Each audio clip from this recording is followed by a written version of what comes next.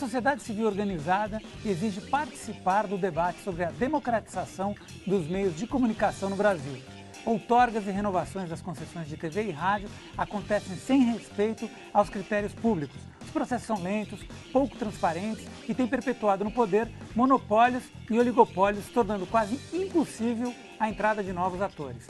No Clique Ligue vamos conhecer melhor essa luta e entender por que ela é tão importante para a construção de uma sociedade mais participativa e um país democrático. Nós abrimos esse bloco para falar sobre esse importante debate com Walter Sanches, ele é diretor de comunicação do Sindicato dos Metalúrgicos do ABC, e o Sérgio Gomes, diretor da Oboré Projetos Especiais. Via web, quem participa desse encontro é o Vitor Gianotti, coordenador do Núcleo Piratininga de Comunicação.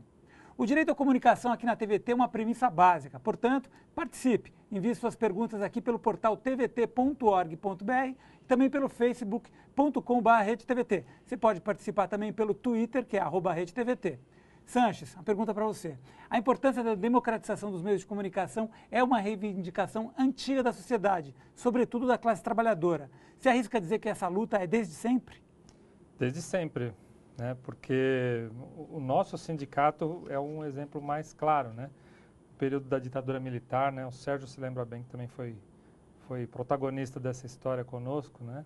Mas um momento em que em plena ditadura militar, os trabalhadores se levantaram, né, no fim dos anos 70, né, para se mobilizar pelos direitos, buscando inflação passada, etc. Mas um mote central era a liberdade, democracia, né, e foi tentado fazer uma intimidação via força, né, com helicópteros e tanques rodeando os estádios onde a gente fazia as assembleias.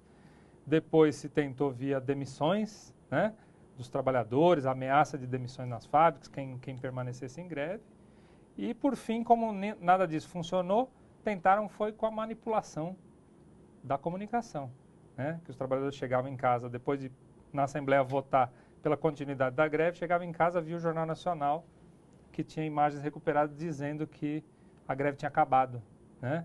Para ver se conseguia, através dessa manipulação, tentar intimidar. Então, para nós, é uma coisa de origem, que foi um momento marcante que o nosso sindicato percebeu que era importante investir em, além de lutar pela democratização dos meios, construir meios próprios de comunicação com a categoria e com a sociedade. Bacana. Sérgio, bem-vindo ao programa também. Muito obrigado. História viva aqui dessa luta, né? O Oboré participando ativamente dessa batalha. Está comemorando esse mês 35 anos, a partir de uma provocação, de um desafio colocado pelo Lula, para o Laerte, quando ele trabalhava exatamente na Tribuna Metalúrgica, junto com o Nunes.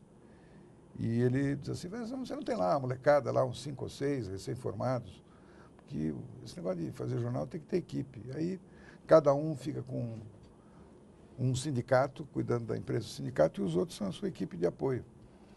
Isso foi fevereiro, março de 78. E aí nós nos organizamos e o Oboré nasceu a partir daí.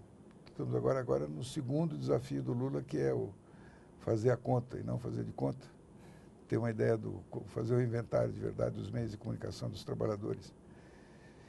E há um fato agora recente, para não dizer que nós estamos ideologizando, fazendo doutrina, etc. Dia 6 de março, em Brasília, 50 mil trabalhadores, todas as centrais, um documento entregue à Presidente da República, que os recebeu, ao Supremo, Presidente da Câmara, Presidente do Senado. Em qualquer parte do mundo, todas as centrais juntas, com um documento unitário de reivindicações dos trabalhadores e de propostas para o país. 50 mil do Brasil inteiro. E em seguida ser recebido pelos poderes é notícia, ou não? Com certeza. Eu desafio, então, que se vá à coleção, estudantes de jornalismo, professores, vão aos jornais no dia 7 de março, no dia seguinte, e me mostrem onde é que tem uma linha sobre esse fato. Então, quando nas comemorações dos 30 anos da CUT, o Lula fez um grande desafio, inclusive a favor aqui da TV dos Trabalhadores, juntar forças, coordenar as providências, como superar os desafios do nosso lado, as deficiências do nosso lado, está aí. Como é que a grande imprensa cobriu esse fato? Rádio, jornal, televisão. Está aí, agora pode documentar. Como é que a imprensa dos trabalhadores cobriu? Vamos examinar. Como é que a chamada imprensa alternativa, blogueiros progressistas cobriram? Está tudo na mão e, por conta disso, eu fui, antes de ontem, tive uma reunião com a diretora da faculdade, da Escola de Comunicações da USP, exatamente para que realizemos um encontro dos principais responsáveis pela comunicação dos trabalhadores na USP, que é a universidade pública, para imaginarmos esse inventário, a pesquisa, que professores podem nos ajudar nisso. Chamar o Gianotti, que quer participar aqui. Gianotti, você está aqui acompanhando a gente via web, você também está nessa luta há muito tempo. Queria escutar a tua participação sobre essa questão da democratização dos meios de comunicação, a importância disso para o país. Veja só, a minha participação, fora a participação individual, de fazer coisas, fazer boletim, cartaz, etc, etc, etc, hoje em dia, sobretudo, faz uns 20 anos, também no sentido de mostrar a história da classe trabalhadora que sempre investiu tremendamente suas forças para ter jornais alternativos. Naquele tempo eram jornais operários, depois jornais alternativos na época da ditadura. E pega, por exemplo, o Partido Comunista. Tinha 8 jornais diários em várias capitais do país. Investia na comunicação, que naquele tempo era jornal. Hoje a comunicação é toda a mídia. Ou nós investimos, nós, trabalhadores que quer mudar a sociedade, que quer mudar o mundo, situação de classe, ou nós investimos na comunicação, ou não tem mudança nenhuma. O que é investir na comunicação? É investir para transformar corações e mentes das pessoas. Como é que vamos mudar? Mostrando outro mundo, mostrando a injustiça, mostrando a possível sociedade futura e os caminhos que temos.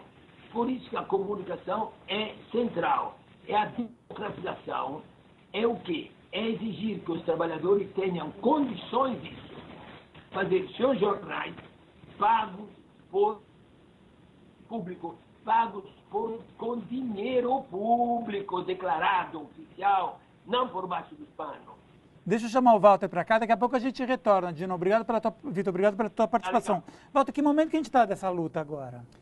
Eu acho que estamos num momento bastante crucial, porque, infelizmente, uma das coisas, avançamos muito nos últimos anos, em termos de inclusão social, milhões de pessoas ascenderam ao mercado de consumo, saíram da exclusão social via os diversos programas, porém, na comunicação, infelizmente, não teve um paralelo, né? Avançamos muito pouco nisso. Se você olhar, comparar o Brasil de 10 anos atrás nessa área em termos de, sobretudo na radiodifusão, né? Televisão e rádio, avançamos muito pouco, né?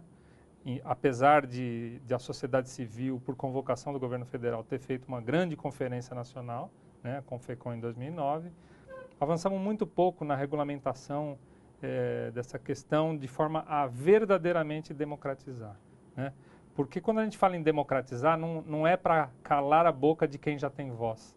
É para dar acesso a mais vozes que possam chegar à televisão, ao rádio, aos jornais, às revistas, etc.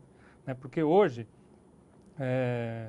nós estamos num país, aquela ONG Repórteres Sem Fronteiras fez um estudo dizendo que o Brasil é o país dos 30 Berlusconis, né? Citando o ex-primeiro-ministro italiano, que é dono de tudo quanto é televisão e rádio e jornal lá na Itália, muito pouco acesso e então nós precisamos viabilizar o acesso das outras pessoas, porque concessão de rádio e TV sempre foi dada historicamente para políticos, né, para grupos econômicos, né, e a única novidade que tem recentemente é que foi dada a igrejas também, né? Então é preciso viabilizar o acesso das pessoas comuns, da sociedade organizada, da sociedade não organizada, que ela possa se ver e se rever, né, nos meios de comunicação. Isso por um lado. Por outro lado, nós temos que construir outros veículos, outros meios de comunicação, que é o que nós estamos fazendo hoje, né? Aqui com a TVT, com a Rádio Brasil Atual, né, com os jornais regionais, o Jornal ABCD Maior aqui na região, com a Revista do Brasil.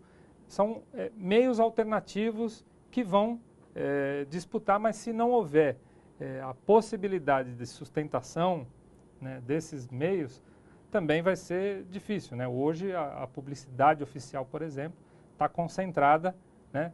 Primeiro, 60% concentrada no meio televisão, que está perdendo esse mercado, né? E segundo, na televisão é concentrada em meia dúzia dos mesmos grupos econômicos. Então, precisa abrir esse mercado para que as pessoas comuns possam se ver nas telas, nas ondas do rádio, né? Nos jornais, revistas. Que é o que a gente procura fazer aqui na TVT. Exatamente. Sérgio. Então, eu concordo absolutamente com isso tudo que foi dito, tanto o Gianotti quanto o que o Sérgio está falando. Eu penso numa arma, os árabes têm uma arma, que é uma faca que você pega no meio, ela tanto corta para um lado quanto corta para o outro. Então, enquanto existe essa lei, essa luta pela democratização e que seja garantida em lei, e depois políticas que garantam meios de sustentação, esta é uma luta de curto, médio e longo prazo que envolve uma grande articulação política, não é fácil. Mas, ao mesmo tempo, nós temos que essas são as dificuldades, vou chamar assim. Mas, ao mesmo tempo, nós temos que superar as deficiências do nosso lado e não confundir dificuldade com deficiência. As dificuldades são do mundo e nós temos que ter lucidez de compreendê-las e saber como articular para enfrentá-las e vencê-las. Mas as deficiências são nossas. Essas nós não podemos atribuir nem ao Bush, nem ao Obama, nem ao neoliberalismo, nem nada. Um veículo de comunicação dos trabalhadores não se coordenar com o outro, por exemplo, na cobertura do dia 6 de março. Você tem um programa chamado Câmara Aberta, que é lá da agência sindical do Franzin. A TV dos Trabalhadores estava em Brasília nesse dia. O Brasil todo tinha várias equipes. Eram 4h30 da tarde e o site da CUT ainda não tinha dado a notícia da marcha. É verdade. A quem eu posso atribuir responsabilidade sobre essa deficiência da comunicação do nosso lado? Como é que nós podemos ter audiência seguida, ligada, por exemplo, no site da CUT, se ele hoje não pode ser superado isso de hoje para amanhã? Não depende de equipamento, depende de equipe, gente, e articulação de cooperação, de operar uma coisa com a outra. Então, a questão do inventário, aliás, foi feito 20 anos atrás, antes da internet, houve um esforço, ano a ano, de realização do inventário, como falar com a imprensa dos trabalhadores. Aqui era um cartaz com 571 logotipos de jornais sindicais em funcionamento naquele momento. Estão dizendo que a imprensa dos trabalhadores existe e precisa durar para sempre. Criou-se a Hemeroteca Sindical Brasileira, que é uma biblioteca de jornais, cujo acervo todo está na Unesp, à disposição. Mas hoje não há um inventário. O desafio que o Lula colocou na abertura do Congresso da CUT, dos 30 anos, de não fazer de conta, fazer a conta, verificar o que a gente já tem, superar nossas deficiências. E isto nós não precisamos pedir favor a ninguém, não depende de outra coisa que não seja de entrosamento entre nós mesmos, coisa que está acontecendo aqui nesse programa. A gente tem que mobilizar as pessoas usando esses canais que estão à nossa disposição. A gente vai fazer um pequeno intervalo bem rápido, o Sanches volta no terceiro bloco e nós voltamos já já para dar continuidade nesse papo com o Sérgio Gomes, da Alboré, e o Chico Lobo, produtor cultural. Até já!